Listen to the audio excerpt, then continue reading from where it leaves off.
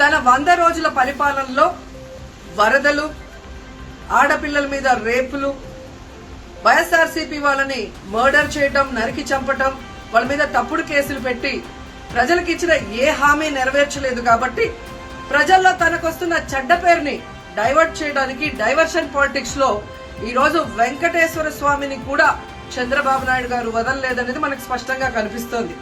ఎందుకంటే ఆయనకి ఎప్పుడు అలవాటు, ఎప్పుడెప్పుడు ఆయనకి చెడ్డ పేరు వస్తుందో అప్పుడు ఏదో ఒక ఇష్యూని ఆయనే క్రియేట్ చేస్తాడు. దాన్ని తన వర్గీయులతో పబ్లిసిటీ చేయటం, దాని మీద డిస్కషన్లు చేసి ఎదుటి వాళ్ళ మీద నిందలు వేయటం ఆయనకు అలవాటే. కానీ ఈ రోజు మీరు చూస్తే సాక్షాత్తు టీటీడీలో తిరుమల లడ్డూ మీద ఇంత దిగజారుడుతనంగా చంద్రబాబు నాయుడు గారు మాట్లాడతారని ఎవరు ఎక్స్పెక్ట్ చేయలేదు.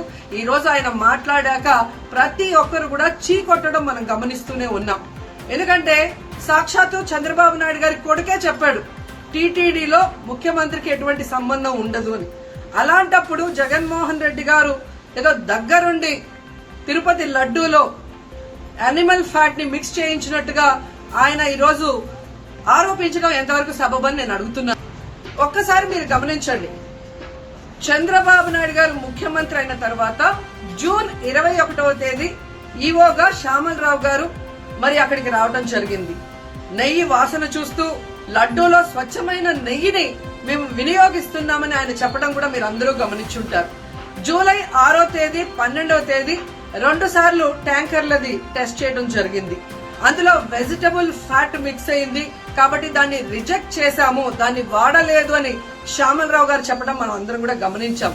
అలాంటిది 2 నెలల తర్వాత ఇప్పుడు చంద్రబాబు నాయుడు టీటీడీకి సంబంధించిన దాన్ని టీడీపీ ఆఫీస్ లో ప్రెస్ మీట్ పెట్టి ఇలా యానిమల్ ఫ్యాట్ కలిసింది అని ఒక నింద వేసినప్పుడు దాన్ని సమర్థిస్తూ మళ్లీ శ్యామలరావు గారితో ప్రెషర్ పెట్టి ప్రెస్ మీట్ పెట్టించి ఎలా మాట్లాడించారో మీ అందరూ కూడా గమనించారు.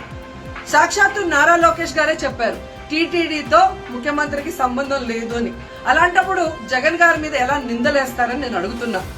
ఈరోజు మీ ప్రభుత్వంలో మీ ఈవో ఉండగా మీరు టెస్టింగ్ చేసిన మిల్క్ లో వెజిటబుల్ ఫ్యాటా ఇంకో ఫ్యాటా ఉంటే దానికి బాధ్యత ఎవరు? శ్యామలరావు గారా, లేదా ప్రభుత్వంలో ఉన్న చంద్రబాబు నాయుడు గారా, లేదా ఎవరు టీటీడీ బోర్డులో ఉన్న మెంబర్సా? సో ఇది ఒకసారి మనం ఆలోచించాల్సిన విషయం. అంటే ఈవో గారు తాను జాయిన్ అయినప్పుడు ఏం చెప్పాడు, ఈ రోజు చంద్రబాబు నాయుడు ప్రెషర్ పెట్టాక ఏం చెప్పాడు అనేది భక్తులందరూ కూడా గమనించాల్సిన విషయం. రెండవది మీరు చూస్తే చంద్రబాబు నాయుడు డైవర్షన్ పాలిటిక్స్ ఎప్పుడూ చేస్తుంటారు. అలాగే ఈ రోజు ఆ తిరుమల కొండ మీదకి జగనన్న అధికారంలో ఉన్నప్పుడు మోడీ గారు వచ్చారు, అమిత్ షా గారు వచ్చారు, ఎక్స్ సీజే రమణ గారు వచ్చారు, ప్రెసిడెంట్ సీజే గారు వచ్చారు. అంతెందుకు చంద్రబాబు నాయుడు ఫ్యామిలీతో సహా వెళ్లాడు, పవన్ కళ్యాణ్ గారు వెళ్లారు. లడ్డూలో ఏ మాత్రం రుచి తేడా ఉంటే ఆ రోజే వాళ్ళు కంప్లైంట్లు ఇచ్చుంటారుగా, ఎందుకు కంప్లైంట్లు ఇవ్వలేదు? ఇప్పుడు ఆ 5 సంవత్సరాల్లో ఏదో జరిగిందని నింద వేయటానికి ఈ రోజు టీటీడీని ఎంచుకొని తిరుమల తిరుపతి దేవస్థాన ప్రతిష్టను దిగజార్చడం ఎంతవరకు కరెక్ట్ అని భక్తులందరూ కూడా ఒకసారి ఆలోచించాల్సిన అవసరం ఉంది. అండ్ మూడోది, ఈ రోజు ఎవరైతే బీజేపీ నాయకులు కూడా మాట్లాడుతున్నారో వాళ్ళని నేను అడుగుతున్నా, ఇదే టీటీడీ బోర్డులో మెంబర్లుగా బీజేపీకి సంబంధించిన వాళ్ళు ఉన్నారు. మరి ఆ రోజు తప్పు జరిగితే వీళ్ళందరూ ఎందుకు మోడీ గారికి అమిత్ షాకి ఇన్ఫార్మ్ చేయలేదు, ఎందుకు దీని మీద చర్యలు చేపట్టలేదు అనేది నేను అడుగుతున్నా. అలాగే ఈరోజు తెలుగుదేశం పార్టీ అధికార పార్టీలో ఉన్న వేమిరెడ్డి ప్రశాంతి గారు ఆ 5 సంవత్సరాల కాలంలో ఈ పర్చేసింగ్ కమిటీలో 5 సంవత్సరాలు ఉన్నారు. అలాగే ఇప్పుడు మంత్రిగా ఉన్న పార్థసారథి గారు కూడా పర్చేసింగ్ కమిటీలో ఉన్నారు. మరి వాళ్ళని విచారించండి, ఆ బోర్డు మెంబర్లందరినీ బయటకు వచ్చి మాట్లాడమని చెప్పండి, తప్పు జరిగిందా లేదా.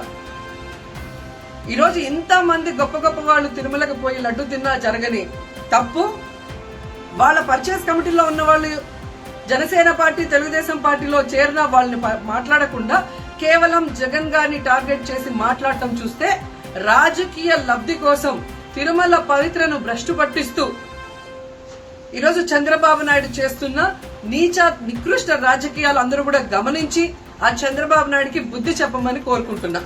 ఇక ఫైనల్ గా తనను ఎవరో నమ్మరు అనుకున్నప్పుడు పవన్ కళ్యాణ్ గారిని ఫ్రేమ్ లోకి తీసుకురావడం చూస్తున్నాం. ఇది కూడా మనం అందరూ కూడా గమనించాలి. ఎందుకంటే ప్రాయశ్చిత్త దీక్ష చేస్తున్నానని పవన్ కళ్యాణ్ అంటున్నారు. ప్రాయశ్చిత్త దీక్ష ఎవరు చేస్తారు? తప్పు చేసిన వాళ్ళు చేస్తారు. అంటే చంద్రబాబు నాయుడు తప్పు చేశాడు, ఇది అబద్ధం, ఈ లడ్డూలో కల్తీ జరగలేదు, ఇది నాకెక్కడొచ్చి ఆ పాపం చుట్టుకుంటుందన్న భయంతో పవన్ కళ్యాణ్ ప్రాయశ్చిత్త దీక్ష చేస్తున్నారనేది ఈ రోజు మాకు అందరికీ అర్థమవుతున్న విషయం.